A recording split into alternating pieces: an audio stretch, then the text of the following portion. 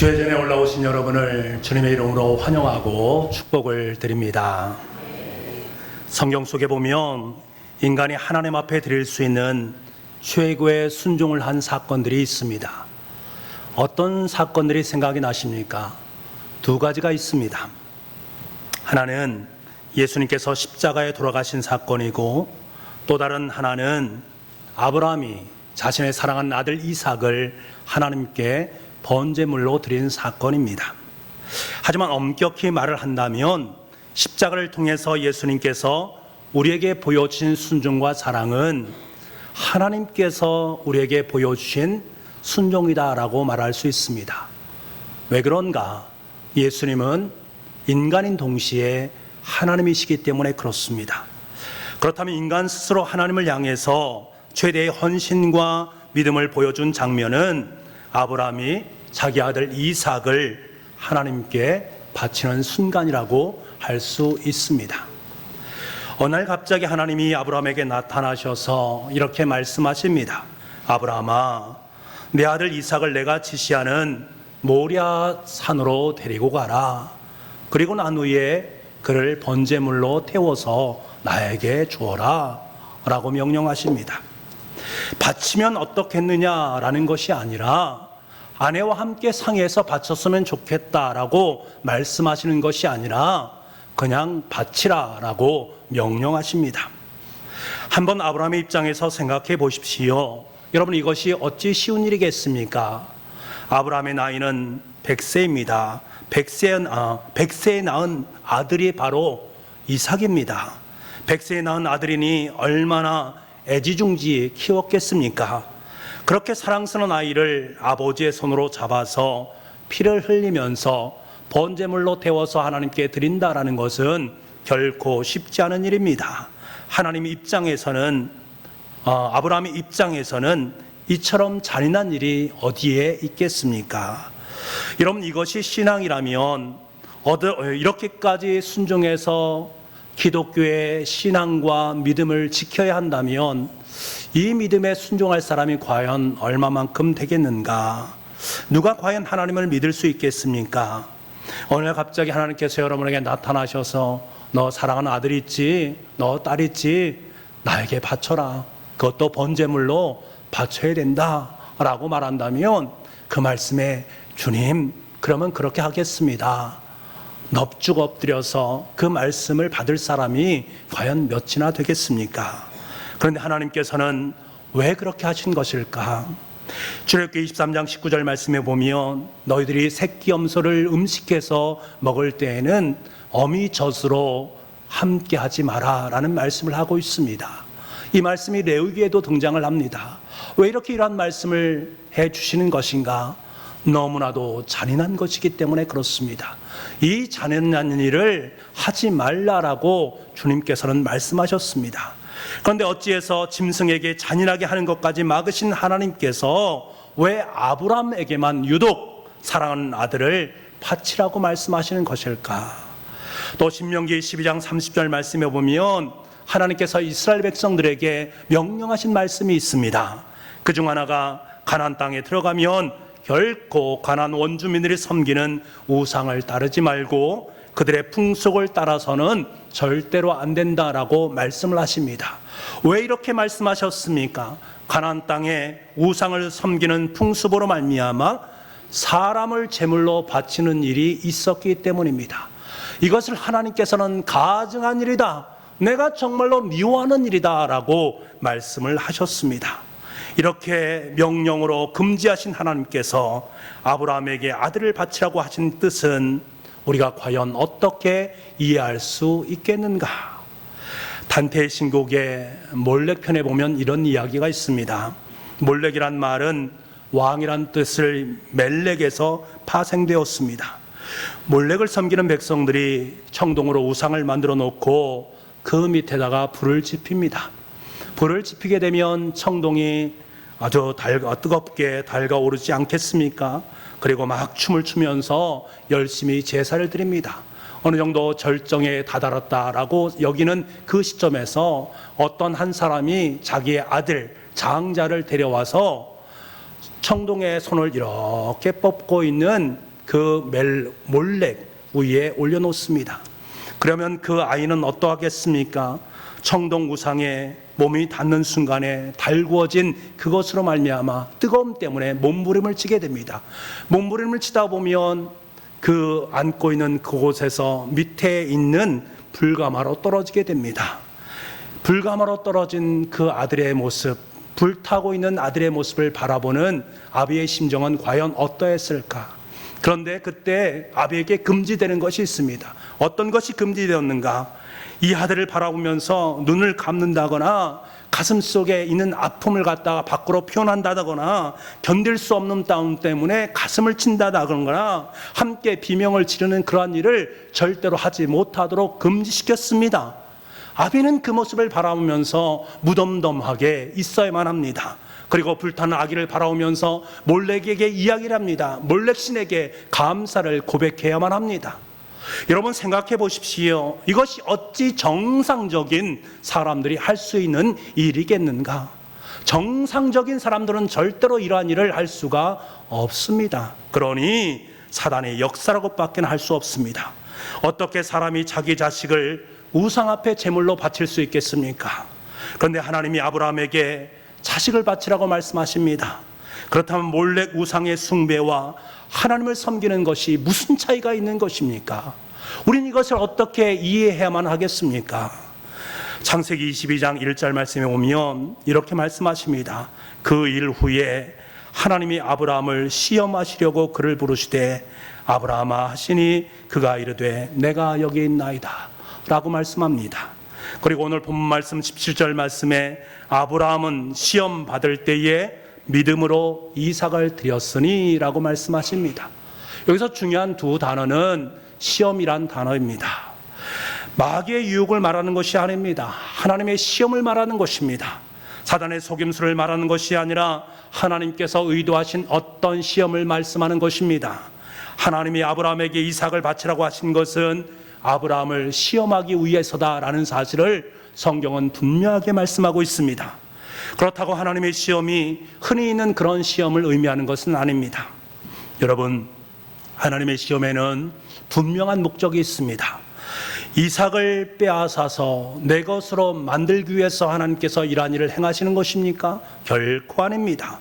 시험을 통해서 하나님은 그들에게 특별한 축복을 주시기를 원하셨습니다. 불투명한 하나님의 뜻을 투명하게 만들고 확실하지 않은 문제를 확실하게 만들어 놓은 후에 하나님께서 사랑하는 아브라함에게 그의 아들 이삭에게 함께 하늘의 축복을 선물해 주시기 원하셨습니다. 오래전에 본 영화입니다. 돈이 많은 어떤 여자가 한 남자를 좋아했습니다. 그 남자는 아내와 이혼을 하고 한 아들을 키우고 있었습니다. 그 여인은 그 가정을 방문하게 되었는데 가정에 보니까 물건들이 너무나도 많이 너부러져 있는 거예요. 그 모습을 바라보니까 참 마음이 속상합니다. 그래서 이 여인은 이런 모든 물건들을 다 밖으로 빼내고 대신 그곳에 값지고 아름답고 귀중한 것들로 가득 채워 놓습니다. 그러기 위해서 우선 그 집에 있는 모든 것을 다 버립니다. 하지만 아버지와 아들의 입장에서는 도대체가 이해할 수가 없습니다. 왜 이런 일을 하고 있는지 이해할 수가 없습니다. 그 중에는 아빠가 사준 것도 있고 엄마와의 추억이 있는 것도 있고 어릴 적부터 가지고 놀았기 때문에 애정 어린 것도 있고 정말 사랑스럽게 간직한 그런 것들도 있습니다. 그러니 이 모든 것을 몽땅 버린다라는 것은 납득하기 어려운 일이었습니다.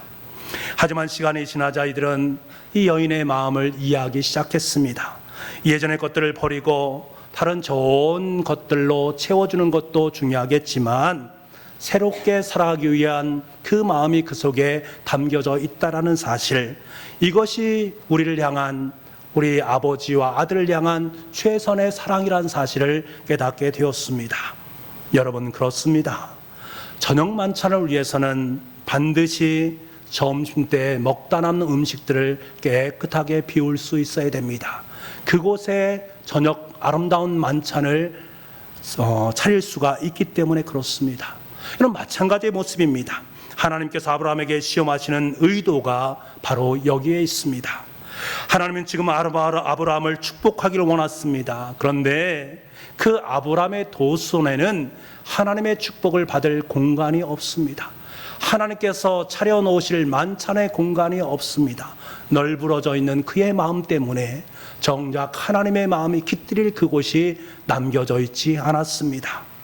이삭은 하나님께서 아브라함에게 100세에 주신 아들입니다. 100세에 주신 아들 이삭이 아브라함에게 있어서 얼마나 사랑스럽겠습니까?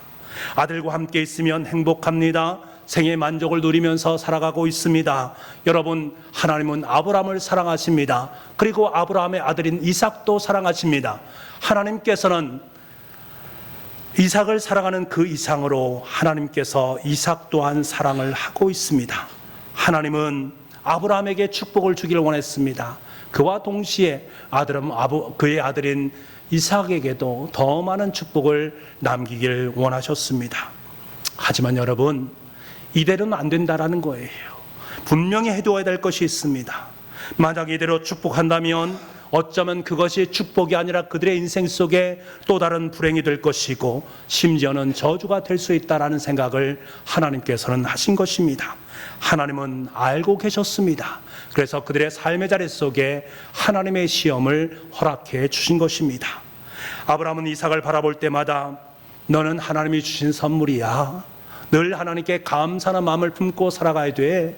하나님께 감사하는 마음이 있었습니다만 의례적인 감사입니다. 아브라함의 내면을 들여다보면 하나님보다는 이삭으로 가득 차 있는 마음을 보게 됩니다.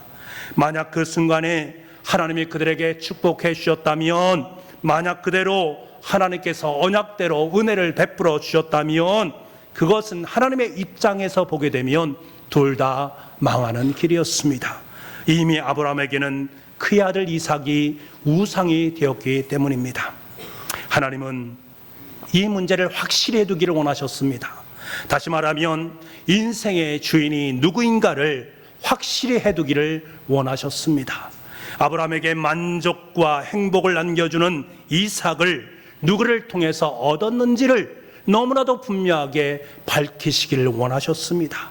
너의 인생을 부유하게 하고 너의 인생을 풍요롭게 하는 것이 너의 능력에 있는 것이냐, 아니면 하나님의 능력에 있는 것이냐, 이 사실을 확실하게 짚을 필요가 있으셨기 때문입니다. 기도응답으로 이삭을 얻었다는 말을 하면서도 실상은 이삭 때문에 하나님을 잊어버릴 수도 있기 때문입니다. 아무리 이삭이 사랑스럽다 할지라도 하나님보다 앞서서는 안 됩니다. 하나님이 계셔야 할 자리를 이삭이 대신 자리를 차지하면 되는 것이 아닙니다. 아무리 이삭이 사랑스럽다 할지라도, 심지어 하나님의 은혜로 이삭이 이 땅 속에 태어났다 할지라도 그것으로 말미암아 하나님을 섬기는 일에 방해가 된다면, 하나님의 뜻에 거스르는 지장을 주는 것들이라면 그것은 하나님께서 원하시는 것이 아닙니다. 그래서 하나님은 분명히 해두기를 원하셨습니다. 너의 인생의 주인이 누구냐? 내가 내 힘으로 살아갈 수 있다고 여기느냐? 아니면 내가 너를 도울 때만이 너의 인생이 복되다고 여길 수 있겠느냐? 네 인생은 도대체 주인이 누구냐? 라고 물으시는 하나님의 그 물음 앞에 분명한 해답을 원하셨던 것입니다. 사랑하는 성도 여러분, 우리가 지금 받고 있는 많은 고난 중에는 하나님께서 여러분 가운데 허락하신 시험이 있을 수도 있습니다. 우리의 실수나 잘못으로 인해 사단으로부터 오는 시험이 아니라 하나님께서 우리의 삶 속에 허락하신 하나님의 시험, 하나님께서 우리를 복주시기 위해서 전초전으로 우리의 삶 속에 허락하신 하나님의 시험이 있을 수 있습니다. 사실 이 시험은 간단한 문제가 아닙니다. 이 하나님의 시험에 직면했을 때에 우리는 굉장한 혼돈 가운데 빠질 수밖에 없습니다. 커다란 실망과 무참한 좌절에 부딪힐 수밖에 없습니다. 이해가 되지 않기 때문에 그렇습니다. 100세에 낳은 아들, 그것도 10년 동안 함께 살았던 그 아들, 그것도 하나님께서 주신 아들을 빼앗아 가다니요, 하나님의 은혜로, 하나님께서 기쁨으로 내 삶 속에 허락하신 하나님의 아들인데 하나님께서 어찌 그것을 빼앗아 간단 말입니까? 도대체 이해가 가지 않습니다. 그것도 불태워서 하나님께 번제물로 드리라니요. 도대체 이해할 수가 없습니다. 여러분, 우리도 이런 시험을 겪을 수 있습니다. 때론 이러한 시험에 우리의 삶의 질서가 근본적인 겉에서부터 흔들릴 때가 있습니다. 이웃과의 관계가 완전 흔들려 버려서 뽑혀버릴 수도 있습니다. 심지어는 하나님과 나의 관계마저도 근본적으로 흔들릴 수 있는 그런 시험이 우리의 삶 속에 찾아올 수 있습니다. 여러분, 하나님의 시험 속에 닥쳐오는 고난의 문제는 정말로 견디기 어려울 때가 많이 있습니다. 이해할 수 없고 답답하기 짝이 없는 문제이기 때문에 그렇습니다. 분명히 자녀를 위해서 기도했습니다. 우리 자녀가 하나님의 은혜 안에서 잘 자라기를 눈물로 간절히 기도하고 하나님의 말씀으로 자녀를 양육했습니다. 그런데 어느 순간에 자녀가 엉뚱한 길로 들어서는 것입니다. 도대체 이해할 수가 없습니다. 하나님께 간절히 기도하면서 하나님의 뜻을 추구하면서 지금까지 내 자녀를 키웠는데 그 자녀가 엉뚱한 길로 들어섭니다. 이것이 바로 시험입니다. 또는 충분히 기도하고 기도 응답을 받았다라고 생각해서 새로운 사업을 시작했는데 열심히 했는데 큰 손해를 보았습니다. 아무리 생각해도 내가 잘못한 것은 없습니다. 하나님의 은혜라고 감사한 적도 여러 번 있었습니다. 하나님께서 지금 이렇게 내 사업을 아름답게 만들어 가셨습니다. 주님 고맙습니다. 감사합니다. 주님의 뜻대로 하나님 사업을 감당하겠습니다. 간절히 기도하고 나아갔었는데 지금 내 손에 남겨진 것은 한 푼도 없습니다. 당황할 수밖에 없지 않겠습니까? 도대체 이해할 수가 없습니다. 여러분, 이삭이 누구입니까? 하나님의 약속의 아들 아닙니까? 이삭이 누구입니까? 하나님이 그렇게 약속하셔서 마침내 100세 그의 삶 가운데 허락하신 하나님의 아들 아닙니까? 그런데 번제로 드리라니요. 도대체 이해할 수 없습니다. 도저히 이해할 수 없습니다. 혼돈 속에 회의에 빠질 수밖에 없는 상황입니다. 여러분, 이럴 때 신앙생활을 계속해야 하는가? 내 신앙생활 맞는 것인가? 정말 하나님이 계시기나 한 것인가? 도대체 하나님은 왜 나에게 이러한 어려움을 안겨주시는가? 우리는 회의할 수밖에 없고 때론 자포자기에 빠질 수 있습니다. 이것이 모든 것이 협력해서 언어를 이루시는 하나님의 결과물이란 말인가 하면서 하나님께 실망하고 하나님을 떠나고픈 마음이 내 삶 속에 들어올 때가 있습니다. 여러분, 상상해 보시기 바랍니다. 나에게 핍박하는 이웃이 있습니다. 그렇게 나를 못 살게 만드는 그 장본인이 있습니다. 명백히 그 사람이 잘못했습니다. 그 사람이 내우쳐야 됩니다. 아니, 그 사람을 바라볼 때 도저히 저 사람은 불가능한 사람이다 라고 여기는 그 사람이 있습니다. 그런데 하나님 앞에 기도합니다. 그런데 어찌된 일입니까? 하나님께서 그의 얼굴을 나에게 보여주시면서 네가 그에게 먼저 가라, 그리가 먼저 그 사람에게 용서를 구하라 라고 말씀한 하나님의 말씀하심이 내 마음속에 임했습니다. 여러분, 이것이 시험이 될 수밖에 없습니다. 예배 중에 은혜가 느껴집니다. 너무나 큰 감동과 감사함을 받았습니다. 그런데 내가 가지고 있는 얼마 안 되는 그것을 하나님께서는 내 사랑하는 옆에 있는 이웃에게 나누어 주라 라고 말씀하십니다. 내가 먹고 살기도 지금 너무나 힘들고 어려운데 하나님께서 그런 사인을 보내주셨습니다. 우리에게 시험입니다.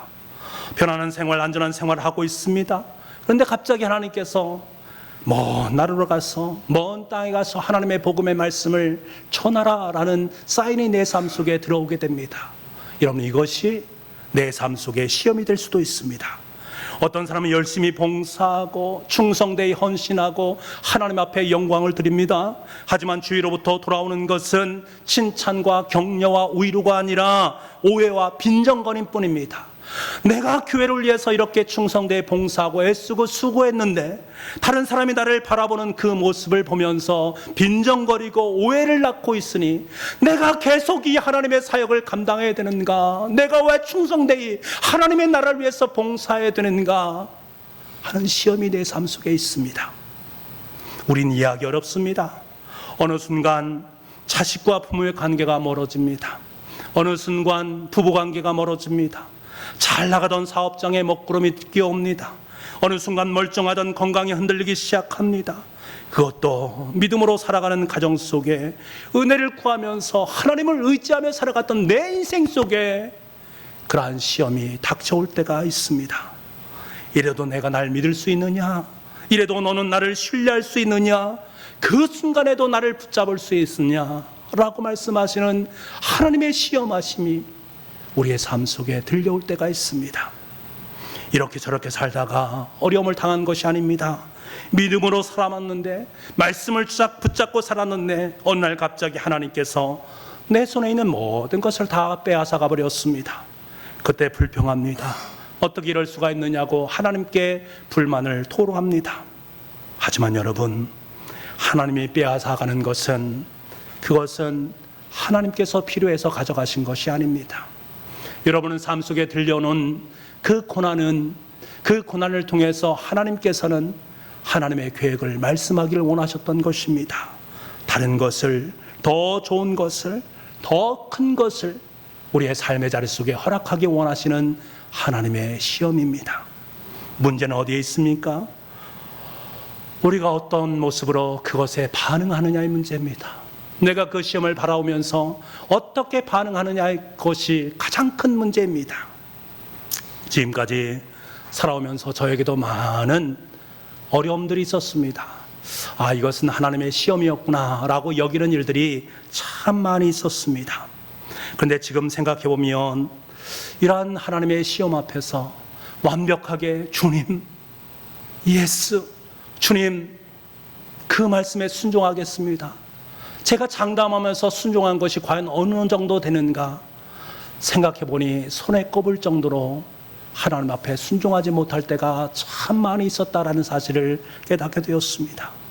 여러분 어떠합니까? 여러분이 여러 가지 방법으로 여러분의 삶 속에 시험이 닥쳐왔을 때, 그것이 고난이나 커다란 아픔으로 다가왔을 때, 이것은 하나님께 나의 삶 속에 허락하신 하나님의 시험이다 라고 여기면서 철저하게 그 시험 앞에 순종했던 적이 과연 얼마만큼 있습니까? 너무나 감사한 것은 제가 예전에 했던 한두 번의 완전한 순종이 오늘의 저를 만들었다라는 사실입니다. 그 한두 번의 순종 때문에 하나님은 지금까지 저의 삶 속에 은혜를 베풀어 주시고 계속적으로 하나님의 귀한 사역을 감당할 수 있도록 만들어 주셨다라는 사실, 이것이 저에게 얼마나 큰 감동이었는지 모르겠습니다. 하나님께 드릴 감사였습니다. 예전에 가졌던 그 몇 번 안 되는 순종, 하나님은 그것을 기억하시고 제 삶의 자리 속에 은혜와 사랑을 베풀어 주셨습니다. 어디 저뿐이겠습니까? 여러분도 마찬가지 아닙니까? 여러분이 전에 하나님께 순종했던 그 완벽한 순종 몇 개를 하나님께서는 기억하시고 지금 여러분의 삶의 자리 속으로 인도해 주셨다라는 사실을 확연하게 믿음으로 고백할 수 있기를 원합니다. 그런데 만약 그 순간순간에 제가 조금만 더 열심히 마음을 품고 하나님의 말씀에 순종했더라면, 제가 조금만 더 가슴을 열고 이것이 하나님의 뜻이니 내가 이 말씀에 순종하며 살겠습니다라는 결단이 더욱더 많아졌으면 얼마나 귀했을까. 여러분이 조금만 더 희생을, 조금만 더 손해를, 조금만 더 자존심을 억누르면서 하나님의 말씀에 순종했더라면 우리의 인생은 지금보다 더 훨씬 하나님의 큰 복과 영원한 하나님의 은혜가 우리의 삶 속에 넘쳐나지 않았을까. 여러분, 하나님이 시험하시는 것은 저와 여러분을 결단코 망하게 하심이 아닙니다. 더 좋게, 더 위대하게, 더 새롭게 만들어가기 위한 하나님의 계획하심이 있습니다. 어린 자녀가 먹고 있는 과자를 빼앗아 보십시오. 엄청 화를 냅니다. 하지만 그는 알지 못하지 않습니까? 아빠가 더 좋은 것을 주실 것을 알지 못할 뿐입니다. 현재 자녀 앞에 있는 것이 가장 좋은 것이라고, 그것만이 자신에게 있어서 절대적인 것이라고 여기는 참으로 근시안적인 아이가 바로 우리들의 모습 아닙니까?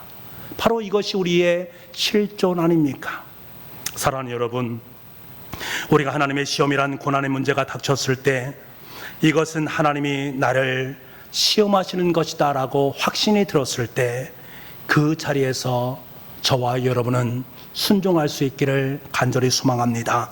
도저히 이해할 수 없고 더 이상 하나님을 섬겨야 될 이유도 없고 더 이상 하나님의 말씀대로 순종해야 될 이유가 없다라고 여기는 그 시점에 섰을 때에도 여러분 하나님의 말씀에 순종할 수 있기를 원합니다. 교회에서 충성되이 봉사해야 될 하등의 일을 찾지 못할 때 내가 교회에서 내가 우리 가정에서 하나님의 말씀으로 섬겨야 될 이유를 전혀 찾지 못할 상황 속에 놓여 있다 할지라도 하나님께서 주시는 시험에 순종할 수 있는 저와 여러분 될 수 있기를 간절히 소망합니다. 그렇게만 한다면 우리에게 다가온 하나님의 시험은 축복의 손길로 변할 것이고 영광의 나라를 여는 놀라운 열쇠로 여러분의 삶 가운데 드리게 될 줄 믿습니다. 상당교회 원로 목사님이신 정삼수 목사님께서 이해할 수 없는 것은 하나님의 사랑입니다 라는 책을 썼습니다. 이해할 수 없는 것, 하나님의 시험 도대체 이해할 수 없는 그것이 바로 사랑입니다. 그 사랑으로 말미암아 하나님께서 나를 향하신, 우리 가정을 향하신, 우리 교회를 향하신 하나님의 사랑입니다. 이해할 수 없지만 그것이 이해되지 않는 그 속에 하나님의 사랑의 역사가 펼쳐지고 있다라는 사실입니다. 사랑하는 북부가족 여러분, 시험은 인생에서 내가 하나님을 신뢰하느냐, 내가 나 자신을 신뢰하느냐의 문제입니다. 인생에서 하나님을 더 사랑하느냐, 아니면 내가 세상을 더 사랑하느냐의 문제입니다. 그리고 그 시험은 내가 하나님을 참으로 경외하는가, 아니면 기분으로, 감정으로, 그 순간적으로 하나님을 경외하는가의 문제를 우리에게 말씀하는 것입니다. 마침내 너희 인생에서 무엇을 더 신뢰하고 무엇을 더 경외하는가를 가늠하는 문제가 바로 이 시험의 문제입니다. 이때 우리가 조금만 더 그 시험의 의미를 알아차렸더라면, 하나님의 말씀 앞에 순종했다면 상상하지 못할 크고 위대한 역사가 저와 여러분의 삶 속에 넘쳐나게 될 것입니다. 도대체 이해할 수 없는 것이 여러분 삶 속에 펼쳐진다면 이것은 하나님의 사랑입니다. 그 사랑의 말씀을 덥석 붙잡으십시오. 여러분이 상상하지 못한 크고 은밀한 역사가 여러분의 현장 속에 펼쳐지게 될 줄 믿습니다. 여러분, 하나님께서는 아브라함의 궁극적으로 하고픈 말씀이 있으셨습니다. 결론적으로 아브라함아, 내가 나를 얼마나 사랑하는지 이제야 알겠다. 내가 나를 얼마나 경외하는지 이제야 알겠다. 이것이 하나님의 본 마음입니다. 이것이 하나님의 의도이십니다. 여러분, 혹시 여러분 중에 불신과 좌절과 절망의 감정에 사로잡혀 있는 분이 계십니까?